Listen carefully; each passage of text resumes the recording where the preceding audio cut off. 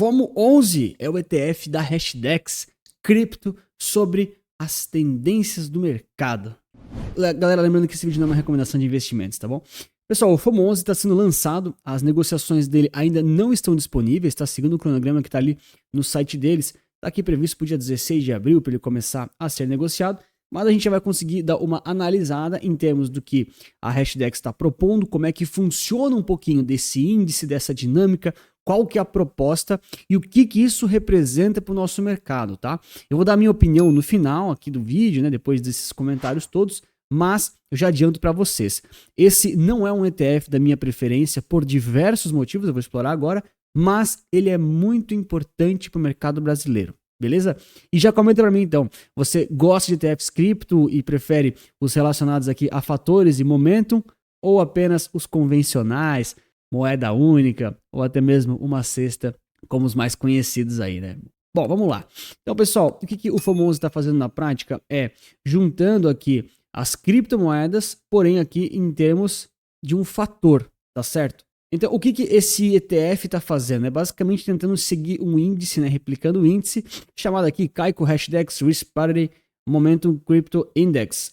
Então, ele oferece aqui uma abordagem sofisticada e regulada para explorar a volatilidade e o crescimento exponencial do mercado cripto. E aí, a estratégia combina aqui o fator de momentum, isso aqui é bem importante, tá? Fator de momentum, que foca nos ativos com o melhor desempenho recente, tá? Com um modelo de paridade de risco, portfólio diversificado, equilibrado e assim por diante, tá? Ele vai pegar aqui os 12 principais criptoativos de capitalização do mercado, ou seja, o topo da tabela, e vai dar um peso maior naqueles que possuem um maior impulso de preço, tá? Aí tem gestão de risco avançada, ponderação proporcional à performance, redução da volatilidade e rebalanceamento mensal para essas oportunidades serem capturadas, tá? Então, isso aqui é bem importante para o nosso mercado brasileiro nacional, tá? Por quê? Porque muitos investidores de ETFs aqui no Brasil, primeiro que já não são muitos, né? Vamos lá, vamos ser honestos, já tem pouca gente por enquanto. E dos que estão aqui, né, nos arredores, né, na nossa comunidade aí, né, tamo junto,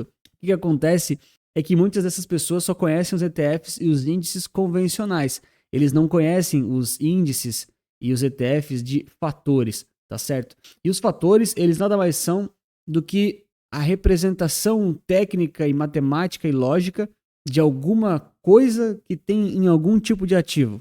Vou fazer um vídeo específico explicando o que são fatores, quais são os tipos de fatores, como é que eles funcionam, mas basicamente você tenta traduzir alguma característica prática de um ativo em um número, tá? E o fator de momentum é apenas um deles, tá? Tem fatores aí de diversos tipos. Sim, só para dar uma palhinha bem rápido, eu abri aqui no meio da gravação, só para não perder o bonde, tá? Tem alguns tipos de fatores que conseguem traduzir justamente fatores e características dos ativos de forma matemática e, enfim, indexável, vamos dizer assim, tá? E alguns exemplos aqui de fatores que existem são esses aqui. Então, por exemplo, a gente está falando aqui desse ETF especificamente de um fator chamado momentum. O que é o momentum de forma simplificada? É aqueles ativos, aquelas moedas, aquelas criptomoedas nesse caso, mas poderiam ser ações, poderiam ser currencies convencionais, quais delas estão se valorizando mais, estão subindo mais, elas estão com momentum no mercado. Tá? E o momentum é dinâmico, então você consegue rastrear isso através desse fator, mas esse é só um desses fatores possíveis, né? Tem outros aqui, tem crescimento, baixa volatilidade, alto beta, tamanho de mercado, yield, crescimento dos dividendos é um fator também, valor, qualidade, small size, fundamentos. Então, cada fator tem aqui uma série de coisas que compreende eles, tá?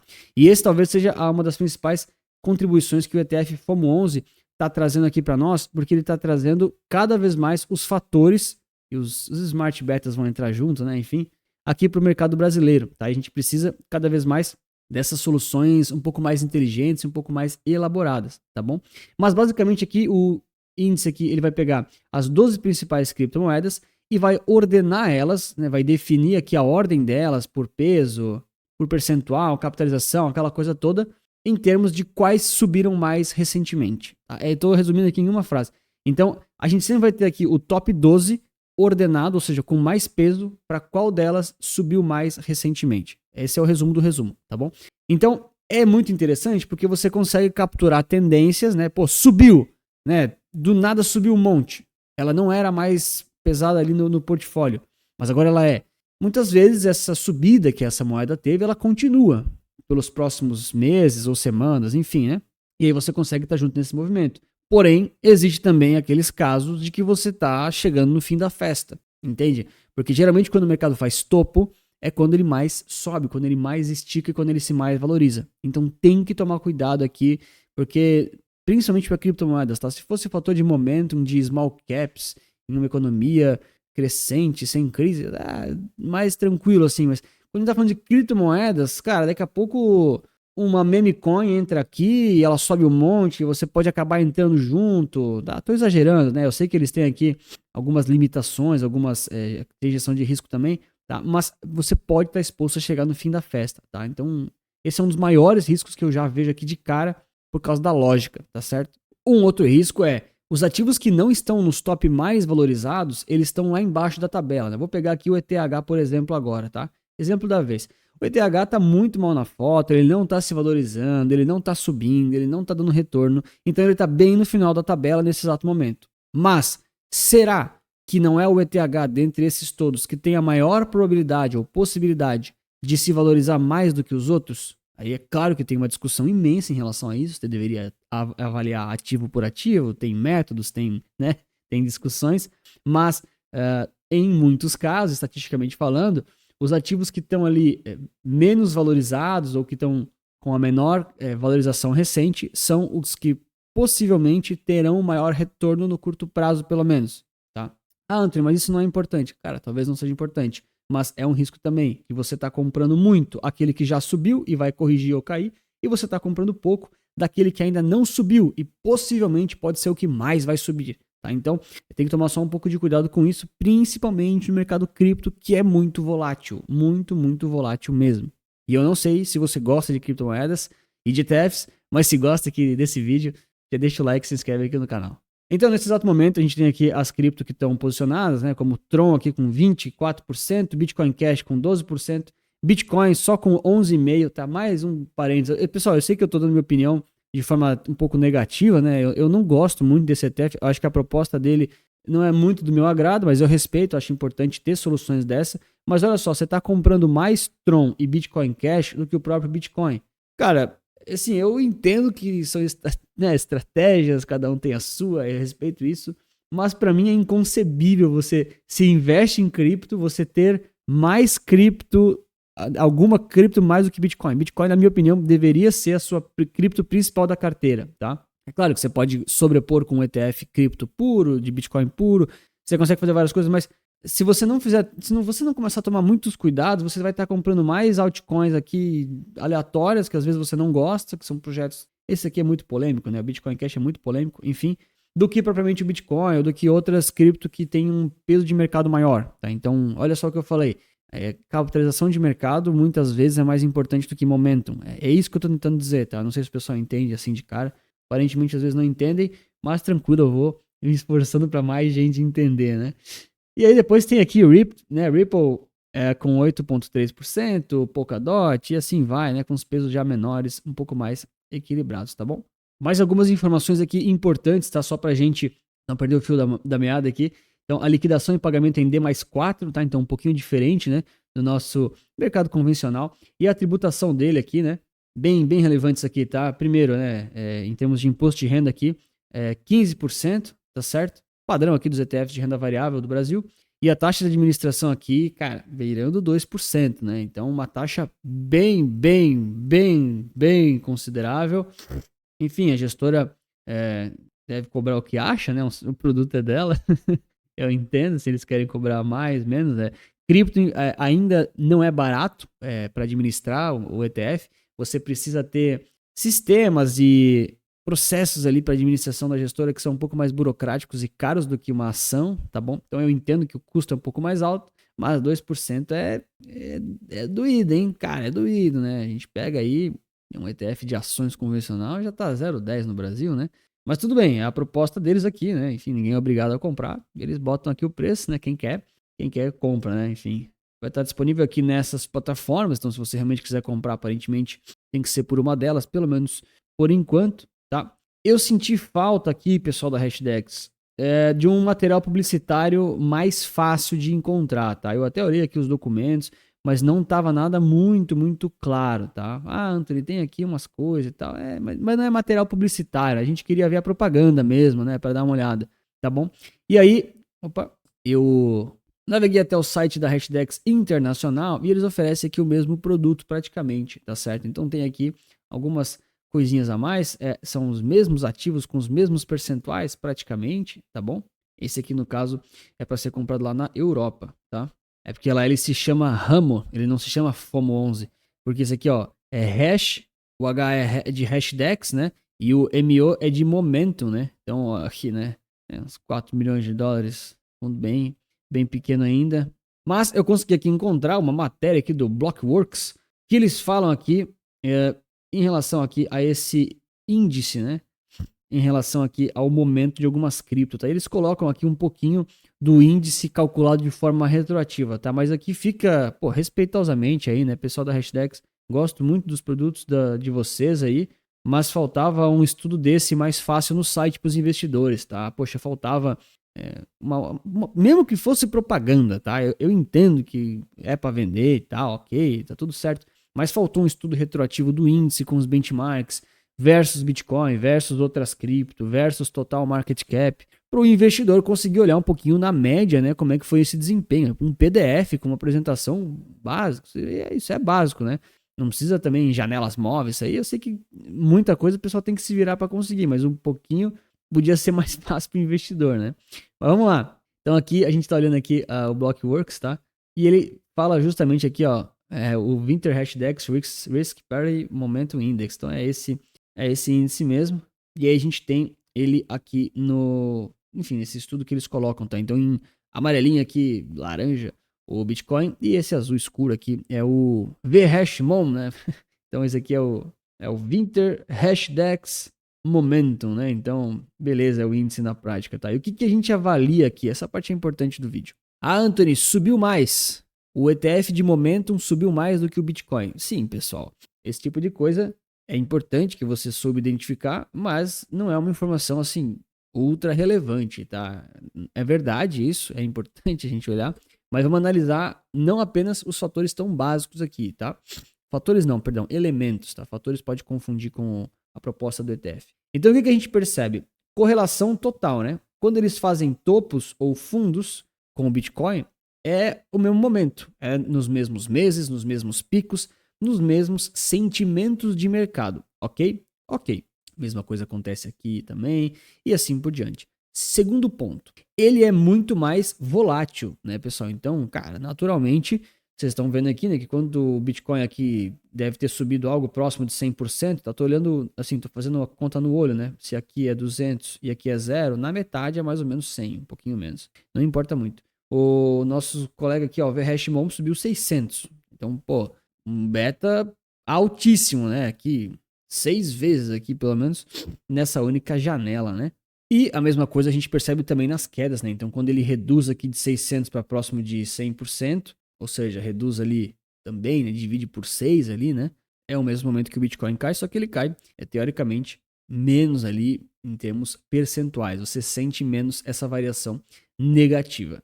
Aqui em termos de retornos, né? A gente tem acumulado e o Kiger, né? Mas basicamente aqui o Bitcoin retornou 181% e o VHashMom aqui, né? O FOMO11, teoricamente, 304, tá? Esse aqui provavelmente está em dólares, mas não importa porque a gente está comparando as mesmas moedas, tá bom?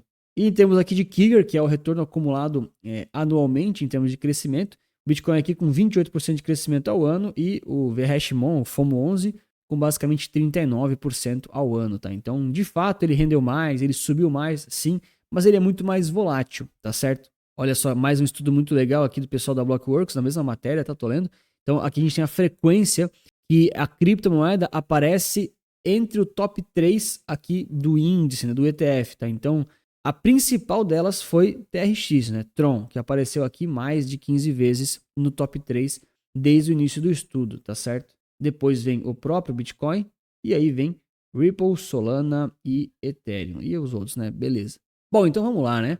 Será que vale a pena ter FOMO11 na carteira? Será que faz sentido para você como investidor? Pessoal, cada um tem que responder, né, algumas perguntas para ver se isso faz sentido para o seu bolso, né? A primeira coisa que você tem que responder é qual o seu perfil de risco e qual o seu objetivo. Esse ETF, ele não paga dividendos, não tem nenhuma sinalização disso. Ele é um ETF de acumulação e ele é um ETF aqui de risco alto, tá? Alto risco porque a volatilidade aqui é violenta, tá bom? Então, ele apresenta a possibilidade de maiores retornos, mas ele exige um maior risco. Ou seja, se você compra esse tipo de produto, você sabe que você não vai ganhar dividendos, tá tudo bem, mas você vai estar exposto a um ativo de altíssima volatilidade que pode te beneficiar. Tá? Então, quando você tem essa clareza, fica mais fácil de ver se realmente é ou não é para você. Ou vamos supor que você realmente não quer dividendos e quer aí se expor a bastante volatilidade, tá? Olha, ele tende a dar realmente um retorno um pouco maior que o Bitcoin se essas tendências de momento entre essas moedas elas continuarem relevantes, tá certo? Mas, na minha opinião, o risco que ele está oferecendo, não sei se está compensando tanto. Por quê? Porque você sempre está liberando aquele top 12, dando peso para quem já subiu, sabe? Sendo que, provavelmente, o maior ganhador das cripto, ele não está no top 12, ele está no top 20. E aí, quando ele subir para o top 12, ou seja, depois de ele se valorizar, sei lá, 3.000%, ele vai entrar aqui nessa lista de momentum, por causa do market cap, que não era o mais alto, tá, ok? E aí, muitas vezes, você vai, enfim, né, começar a se expor a um ativo que, se você queria realmente momentum e valorização, você poderia talvez ter olhado um pouco mais para trás. Tá?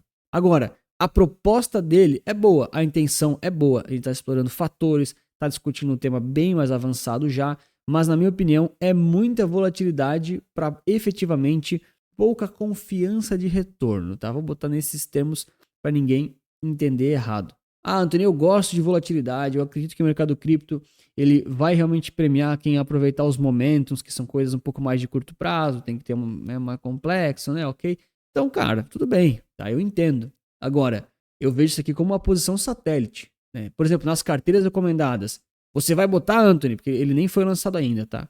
Olha, eu evito colocar qualquer ativo na sua primeira semana de lançamento, tá? E não é nada contra o ativo ou a gestora, mas a gente tem que deixar sempre os ativos serem lançados, baixar a poeira, analisar, avaliar. Tá? Outro receio que eu teria, se eu fosse colocar nas carteiras recomendadas, o nosso backtest teórico aqui do site da Blockworks, que nem é gestora de nada, é um site da internet, que eu achei porque eu tive que pesquisar para fazer esse vídeo, a gente só tem dados até 2021, tá certo? Então, eu gostaria muito de ver os estudos desde 2014, 15, quando já tinha aqui um top 12 de criptomoedas, pelo menos, né? Não apenas o Bitcoin, entende? Porque daí a gente consegue avaliar se realmente esse índice, né, esse CTF, ele está entregando alfa e não apenas beta, tá bom? Conceitos aí mais chatinhos, mas o alfa, basicamente, ele é o quanto o índice ou o ativo consegue performar acima do seu benchmark. O benchmark é o Bitcoin aqui, tá bom? Então é o quantos por cento ele consegue performar acima efetivamente, tá? E o beta, a gente está olhando muito mais para volatilidade. Então, por exemplo, Anthony, nessa imagem, o FOMO11 bateu o Bitcoin. Sim, mas ele bateu com muito mais volatilidade. Ele caiu mais do que o Bitcoin também. E a gente quer um ativo, o ideal, né? O mundo ideal, né? Que ele suba mais que o Bitcoin quando ambos sobem, mas que ele caia menos ou caia igual com o Bitcoin quando o Bitcoin cai. E aqui, olhando no olho de uma imagem da internet, ele cai mais do que o Bitcoin e ele sobe mais do que o Bitcoin. Então, a impressão que nos passa não é que ele tem alfa, ou se ele tem alfa, é pouco. Ele tem muito mais beta, ele só está amplificando a volatilidade do Bitcoin, tá bom? Então, precisaria ter um estudo um pouco mais aprofundado, na minha opinião, tá? E se você se sente seguro com essas informações todas para comprar, aí é uma decisão sua, mas eu quero saber, me conta aqui nos comentários se você está interessado nesse ETF ou não. E claro, né, se você quiser conhecer um pouco mais das carteiras recomendadas, das soluções que eu apresento para os clientes, tem um link aqui na descrição com tudo explicado. E lembrando aqui, né, pessoal, eu nem comentei, né, mas o FOMO aqui do nome do ETF vem de uma sigla em inglês, né, Fear of Missing Out. FOMO é uma palavra comum no mercado financeiro, né, para você que já conhece mais o mercado, com toda certeza sabe o que é isso aqui. É um dos vieses, um dos medos que as pessoas têm, que é o medo de ficar de fora. É o medo daquele ativo explodir e se valorizar um monte e você não estar lá dentro com todo mundo ganhando dinheiro e você fica com aquela, sabe, aquela dor de eu fiquei de fora, eu não comprei, eu queria estar junto com esses ganhadores. é um dos vieses do ser humano, tá? Todo mundo tem FOMO, tá bom? Todo mundo tem um pouquinho de FOMO, todo mundo sente um pouco disso, você tem que saber se controlar, obviamente, tá certo? E não sei se isso foi uma boa escolha deles colocarem esse nome aqui, mas pode ter certeza que, enfim, se não for esse FOMO, realmente eu não sei o que que é, tá? Porque Fear of Missing Out é a sigla mais conhecida aí do mercado cripto, em termos aqui do medo das pessoas que não querem ficar de fora, né? E nitidamente você não quer ficar de fora das cripto que estão com momentum, que acabaram de subir um monte. Pô, acabou de subir 100%. Cara, você não quer ficar de fora, você quer entrar, o ser humano quer fazer parte, quer ganhar dinheiro, você tem vieses, né? Mas aí você tem que tomar cuidado para não ficar exposto aí no final de um ciclo ou no final de um movimento. E se você não quer saber tanto assim de ETFs de fator que privilegiam essa última pernada mais recente, aqui de forma resumida, tem aqui o Crypto11 que pondera os criptoativos por outro fator, né? Por outro motivo, que é muito mais pela capitalização de mercado, liquidez e outros detalhes. Tá tudo explicado nesse vídeo aqui. Muito obrigado pela sua inscrição e seu like. Lembre-se que investir certo resulta capital.